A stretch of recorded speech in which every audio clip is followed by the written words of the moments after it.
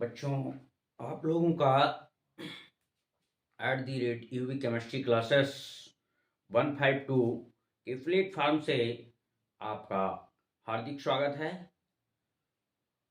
आज बच्चों हम आपके लिए लाए हैं एक खास टॉपिक, एल्कीन। आप जानते हैं कि एल्कीन क्या है? एल्कीन एक असंतृप्त हाइड्रोकार्बन यौगिक है जिसमें कि कार्बन कार्बन के बीच डबल बॉन्ड पाया जाता है, उसे हम एल्कीन कहते हैं। तो एल्कीन की बनाने की विधियां यानी कि प्रिपरेशन मेथड ऑफ एल्कीन आप लोगों को सिखा रहे हैं। अब आप लोग ध्यान देंगे हमारी बात पर और अच्छी तरीके से समझेंगे, और मुझे पूरा विश्वास है कि अगर हम समझाएंगे तो आप लोगों को समझ में आएगा। तो देखिए, एल्कीन बनाने की विधियां।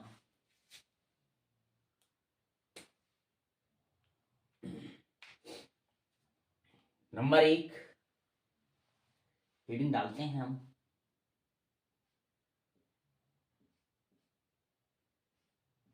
एल्कोहलों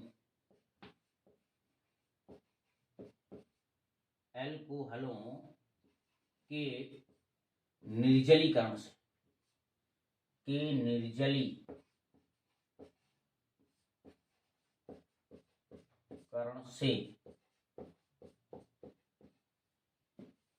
एल्कोहलों का निर्जलीकरण कराएंगे तो मुझे एल्कीन प्राप्त होगी। तो देखिए बच्चों, एल्कोहल हम यहाँ पर एथिल अल्कोहल ले लेते हैं।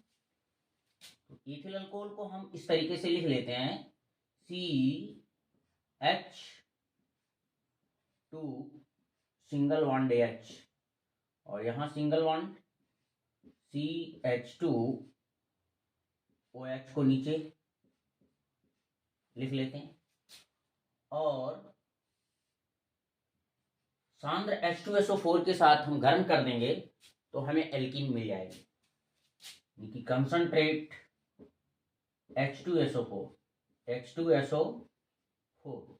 देखिए बच्चों कैसे, यानी कि हम यहाँ से जल निकालते हैं तो ये बॉन्ड जो है वो यहाँ से टूट जाएगा और यहाँ से H निकल जाएगा, तो ये H2O निकल जाएगा। क्या निकल जाएगा? H2O। और यही जो बॉन्ड है ये शिफ्ट हो जाएगा यहाँ, तो ये डबल बॉन्ड बन गया। तो यही मुझे लाना था, यानी कि कार्बन कार्बन के बीच डबल बॉन्ड बनाना है, तो डबल बॉन्ड बन जाएगा और हमारी एल्कीन बन जाएगी। CH2 double bond CH2 plus H2O। अब यही एल्कोहल, इसके बाद यदि हम एल्कोहलों की वाष्प को, जल वाष्प को तप्त एल्युमिना पर प्रवाहित कर दें तो मुझे पुनः एल्कीन मिल जाएगी। यही एथिल अल्कोहल की जल वाष्प ले लें, दूसरी रिएक्शन C2H5OH एरो Al2O3 तप्त, कैसा होगा? तप्त एल्युमिना पर प्रवाहित कर दें C2H5OH की जल वाष्प, तो हमें एल्कीन मिल जाएगी और यहां से भी यानी कि जल निकल जाएगा। तो CH2 double bond CH2 plus H2O। दूसरा देखिए, एल्कोहल हमारे 1 डिग्री 2 डिग्री 3 डिग्री टाइप के होते हैं। मोनोहाइड्रो एल्कोहलिक यानी कि 3 प्रकार के होते हैं, 1 डिग्री 2 डिग्री और 3 डिग्री। तो एल्कोहलों के निर्जलीकरण का क्रम जो होता है वो इस प्रकार है। देखिए, तो यहां पर एक लाइन लिख सकते हैं, एल्कोहलों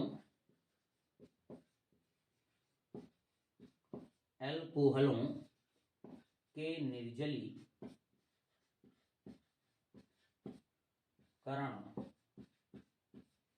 का क्रम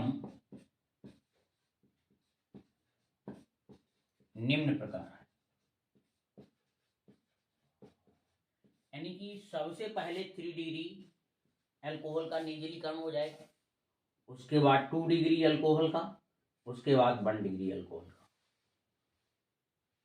तो अब देखिए हम यहाँ पर 2 डिग्री अल्कोहल लें, या मान लीजिए कि जिसमें वह अल्कोहल जिसमें एक से अतिरिक्त वह अल्कोहल जिसमें एक से अतिरिक्त एल्कीन बनती है, तो उस अल्कोहल में एल्कीन बनाने का जो नियम है वो सर्ट-जैफ का नियम कहलाता है, सर्ट-जैफ नियम कहते हैं। तो देखिए कैसे,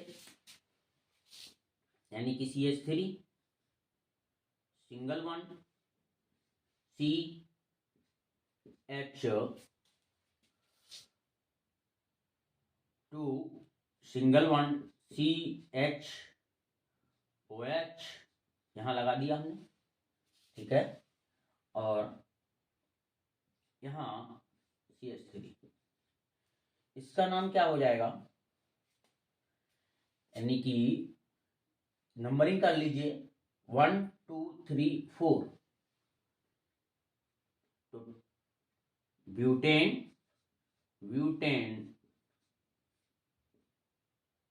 2 ऑल ब्यूटेन 2 ऑल का एक कंपाउंड है। तो इसको हम गर्म करेंगे, क्या कर देंगे, गर्म कर देंगे। तो ये जो गर्म करेंगे तो 2 प्रोडक्ट बनेंगे। तो 2 प्रोडक्ट क्या होंगे हमारे, देखिए एक यहां से OH और यहां से H ले लीजिए, यहां से OH और यहां से H ले लीजिए, तो H2O यहां भी निकलेगा, तो H2O निकल जाएगा, तो ये बन जाएगा CH3 single bond CH2 single bond CH double bond CH2। ये भी हमारी एल्कीन बन गई, यानी कि ब्यूटीन 1, ये बन गई ब्यूटीन 1, ब्यूटीन 1। फिर देखिए यदि इस यहां से OH और यहां से H ले लें, यहां से H, तो ये नियम कहलाएगा सर्ट-जैफ नियम, सर्ट-जैफ नियम।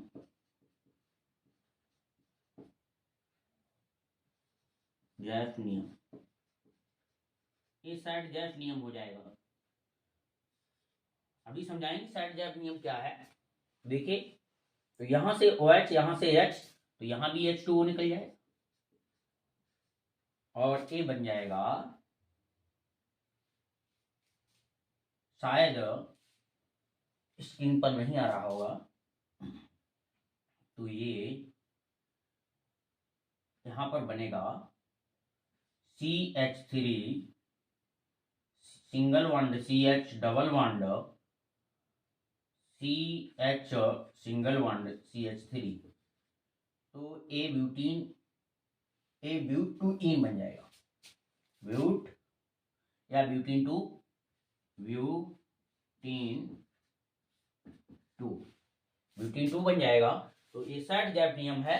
तो सर्ट-जैफ नियम ये कहता है कि हाइड्रोजन उस कार्बन परमाणु से विस्थापित होगा जहां पर, यानी कि जिस कार्बन पर हाइड्रोजन उस कार्बन से विस्थापित होगा जिस कार्बन पर हाइड्रोजन परमाणुओं की संख्या कम होगी, तो ये सर्ट-जैफ नियम है। तो देखिए कम हाइड्रोजन परमाणु इस कार्बन पर हैं, यहाँ पर 2 हैं, यहाँ पर 3 है, यहाँ पर 3 है, तो यहाँ से तो नहीं होगा इतनी, तो क्योंकि यहाँ पर आसानी से मिलेगा, तो यहाँ पर कम है, तो यहाँ से हाइड्रोजन अगर विस्थापित होता है तो ये सर्ट-जैफ नियम कहलाएगा।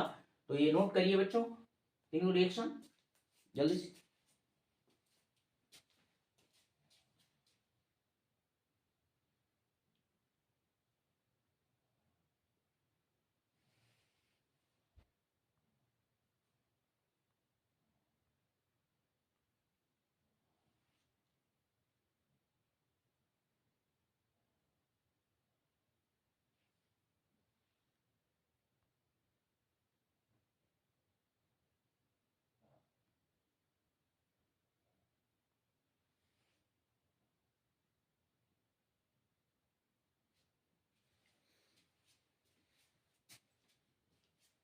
तो बच्चों नोट हो गया होगा।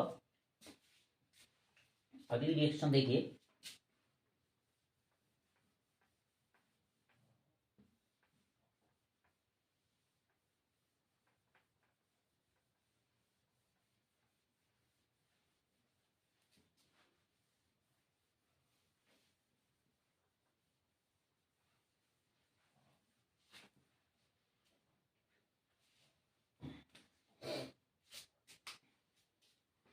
अगला पॉइंट है बीहाइड्रो हैलोजनीकरण द्वारा। बीहाइड्रो हैलोजनीकरण द्वारा यानी कि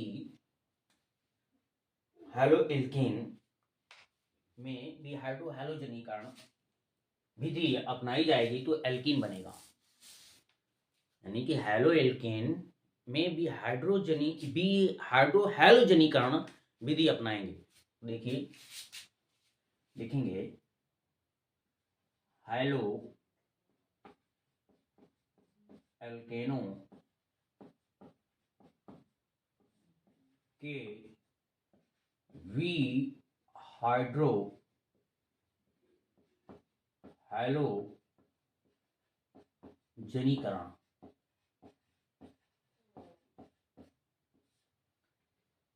हैलो एल्केनों के बीहाइड्रो हैलोजनीकरण द्वारा क्या बनाएंगे? एल्कीन बनाएंगे। देखिए बच्चों इस रिएक्शन को किस प्रकार हम करते हैं अच्छी तरीके से समझिएगा। देखिए हमने कंपाउंड लिया है CH3 single bond CH single bond H single bond CH2 single bond Br। क्या है? 1 ब्रोमोप्रोपेन 1 ब्रोमोप्रोपेन।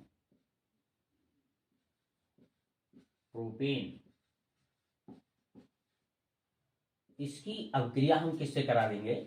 ये हैलो एल्केन का एक कंपाउंड है तो इसकी अभिक्रिया हम KOH यानी कि जल अपघटन करा देंगे इसकी उपस्थिति में अल्कोहल की उपस्थिति में अल्कोहल की उपस्थिति में हम जल अपघटन करा देंगे तो बीहाइड्रो हैलोजनीकरण का मतलब क्या है? बी माने विस्थापित हो जाएगा, हाइड्रो का मतलब हाइड्रोजन और हैलोजन का मतलब हैलोजन समूह।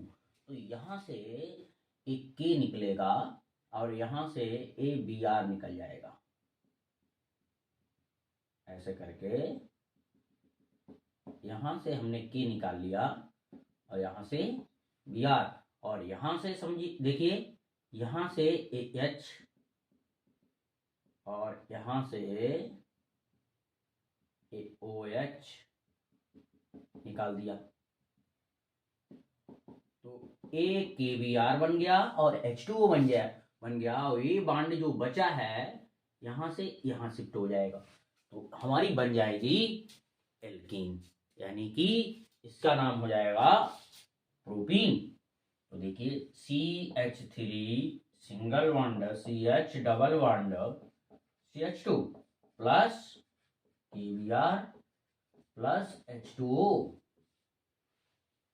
हमारा ये बन गया क्या बन गया? प्रोपीन। ठीक है। अब दूसरी रिएक्शन यानी कि हैलो एल्केनों का बी हैलोजनीकरण और हैलो एल्केनों में क्या लेंगे? डाई हैलो एल्केन लेंगे। तो देखिए हेडिंग डालेंगे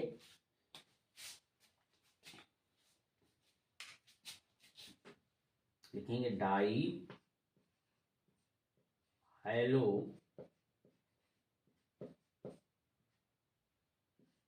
एल्केनों का डाई हेलो एल्केनो का बी हैलोजनीकरण बी हैलोजनीकरण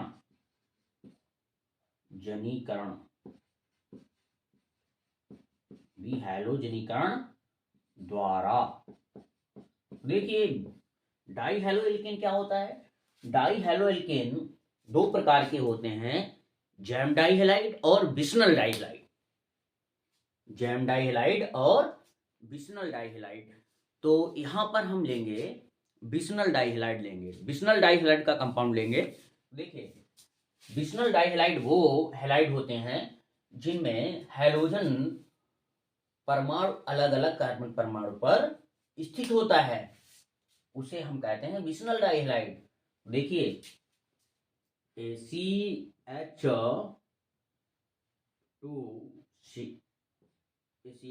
इधर लगा लीजिए और यहाँ एक H कम कर दीजिए, यहाँ लगा दीजिए Cl प्लस, यहाँ पर sorry CH3 single bond CH और एक Cl कार्बन से जोड़ दिया और यहाँ पर CH2 सिंगल बॉन्ड Cl। ये बिस्नल डाइहैलाइड यानी कि अलग अलग कार्बन परमाणु पर हाइड्रोजन समूह लगा है, तो ये बिस्नल डाइहैलाइड का कंपाउंड है। बिस्नल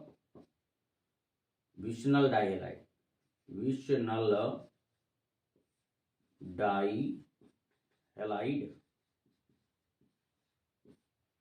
और इसको क्या करेंगे, जिंक के चूर्ण के साथ गर्म कर देंगे एथेनॉल की उपस्थिति में। देखिए तो यहां से ये दोनों Cl ये जिंक ले जाएगा और ये डबल बॉन्ड शिफ्ट हो जाएगा, तो यहां हो जाएगा, बन जाएगा CH3 यानी कि ये टूट जाएंगे यहां से, तो CH3 single bond CH double bond CH2 plus ZnCl2। तो ये डाई हेलो एल्केनो का भी हैलोजनीकरण द्वारा यानी कि क्या बना दिया हमने, एल्कीन बना दिया। ठीक है, तो ये दोनों रिएक्शन उतारिए जल्दी से फटाफट।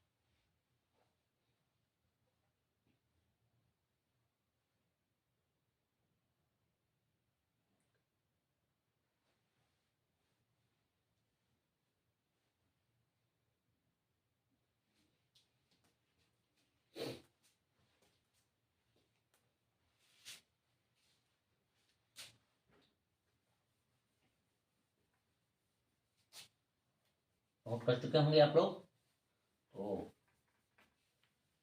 आगे बढ़िए। अगली रिएक्शन डालेंगे एल्काइनों के आंशिक अपचयन द्वारा। एल्काइनों के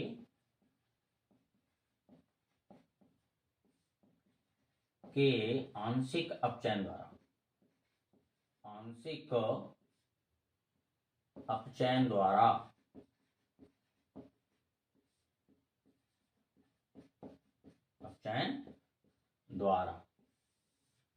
एल्काइनों के, एल्काइन जानते हैं आप लोग? एल्काइन क्या होता है? ऐसे असंतृप्त हाइड्रोकार्बन जिनमें कार्बन कार्बन के बीच ट्रिपल बॉन्ड होता है, उन्हें हम एल्काइन कहते हैं। तो देखिए हम लिखते हैं बच्चों, तो CH triple bond CH alkyne हो गया, अर्थात एथाइन हो गया, एथाइन प्लस अपचयन कराएंगे तो हाइड्रोजन हमें जोड़ना है, और इन प्रेजेंस ऑफ निकल 200 टेम्परेचर पर देखिए तो बन जाएगा यानी कि बॉन्ड ब्रेक होगा और बॉन्ड ब्रेक होने पर एक एक इलेक्ट्रॉन लेके ये हाइड्रोजन शिफ्ट हो जाएंगे, तो ये बन जाएगा CH2 डबल बॉन्ड CH2।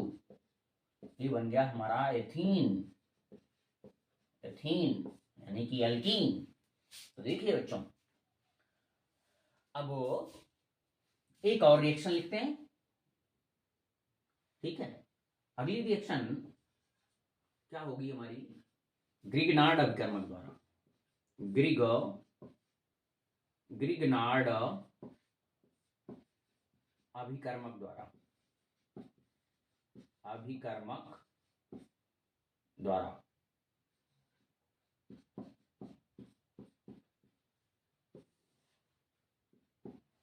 तो बच्चों आप लोग ग्रिगनार्ड अभिकर्मक भी जानते होंगे, यानी कि एक एल्किल समूह मैग्नीशियम धातु से अटैच हो, एक एल्किल समूह मैग्नीशियम धातु से और एक हैलोजन समूह का कोई भी तत्व जुड़ा है तो वो ग्रिगनार्ड अभिकर्मक कहलाता है।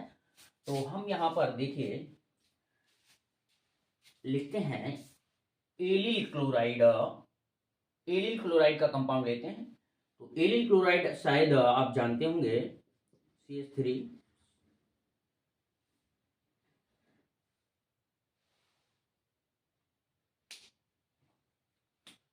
बच्चों लाइट चली गई है उसमें, यानी कि अब जो कि है व्यवधान हो गया है, हमारा फेस भी अच्छी तरीके से नहीं चमक रहा होगा। देखिए इस रिएक्शन को पूरा कर देते हैं फिलहाल। तो CH3CH डबल बॉन्ड CH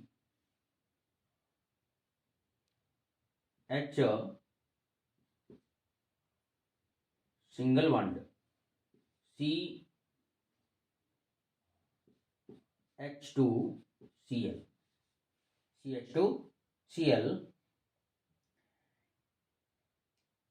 तो ये एक क्या है, एलिल क्लोराइड, एलिल क्लोराइड का कंपाउंड है, एलिल क्लोराइड, एलिल क्लोराइड का यौगिक है। एलिल क्लोराइड क्या होता है कि हैलोजन समूह या वह समूह उस कार्बन से जुड़ा है जिस पर sp3 संकरण है, लेकिन वह समूह जिस कार्बन से जुड़ा है वह कार्बन उस कार्बन से अटैच है जो sp2 संकृत है, sp2 संकृत है, उसे हम कहते हैं एलिल कंपाउंड कहते हैं। यहाँ पर क्लोरीन समूह जुड़ा है, यानी कि उस कार्बन से जो sp3 संकृत है, लेकिन क्लोरीन जिस कार्बन से जुड़ा है वह कार्बन यदि sp2 संकृत कार्बन परमाणु से जुड़ा है तो वो एलिल क्लोराइड का कंपाउंड होगा। तो देखिए इसी की हम RMgX या CH3MgCl से अभिक्रिया करा दें तो ये कंपाउंड बन जाएगा CH3 single bond CH double bond CH single bond CH2 single bond CH3। ये बन गया एल्कीन प्लस MgCl2। तो इसका नाम क्या होगा, इसका नाम होगा 1,2, IUPAC में लिख दीजिए। तो क्या हो जाएगा, पेंटटूइन, पेंटटूइन हो गया। तो इसे नोट करिए बच्चों, और इसके बाद कुछ भौतिक गुण नोट कर लीजिए बस।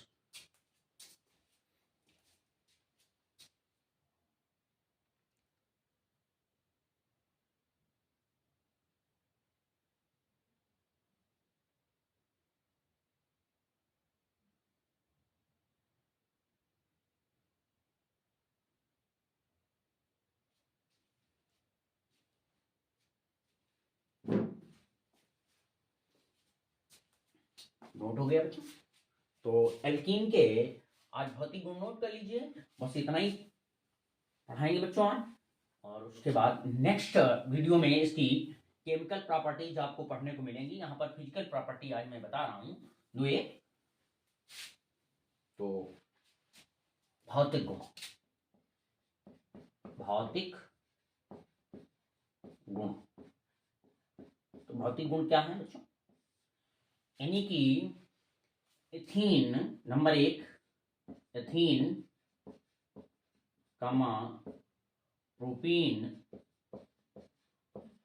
कामा ब्यूटीन गैसीय अवस्था में पाई जाती हैं। ब्यूटीन तक गैसीय अवस्था में पाए जाते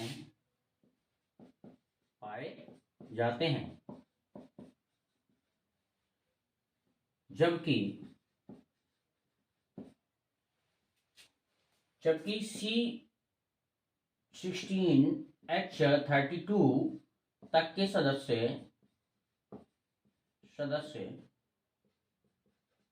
द्रव अवस्था में पाए जाते हैं, द्रव अवस्था में पाए जाते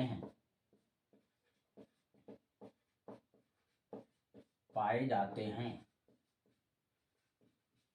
ठीक है। और इससे ऊपर के सदस्य ठोस अवस्था में पाए जाते हैं तथा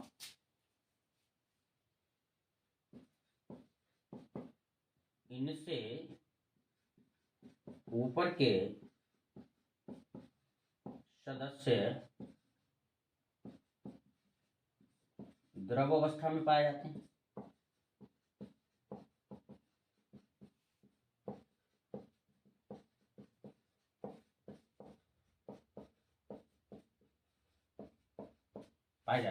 देखिए बच्चों, यहां पर क्वेश्चन तो बन ही सकता है। ठीक, उसने दे दिया मान लीजिए कि C10H20। तो बताइए बच्चों कि यह एल्कीन द्रव अवस्था में पाई जाएगी, ठोस अवस्था में पाई जाएगी, गैसीय अवस्था में पाई जाएगी, या इनमें से कोई नहीं? तो आप लोग क्या बताएंगे?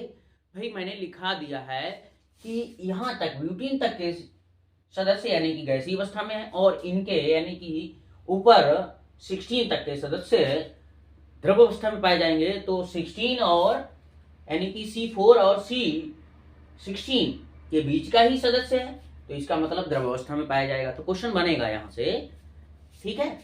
तो नंबर 2, एल्कीन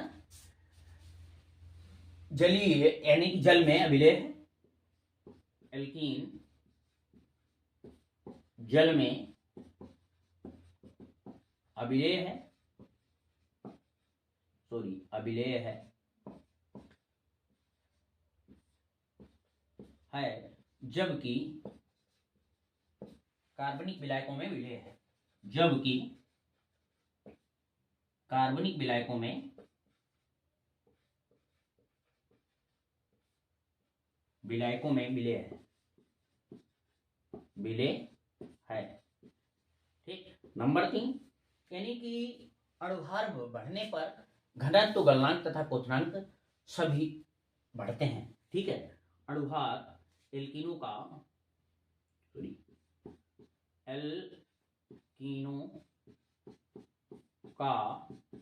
अणुभार बढ़ने पर घनत्व, क्वथनांक तथा गलनांक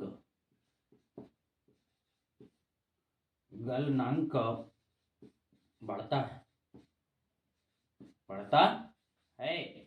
बच्चों नोट करिए, और आज यहीं पर हम विराम लेते हैं, और इसके आगे का केमिकल प्रॉपर्टीज नेक्स्ट वीडियो में आप लोगों को मिलेंगी।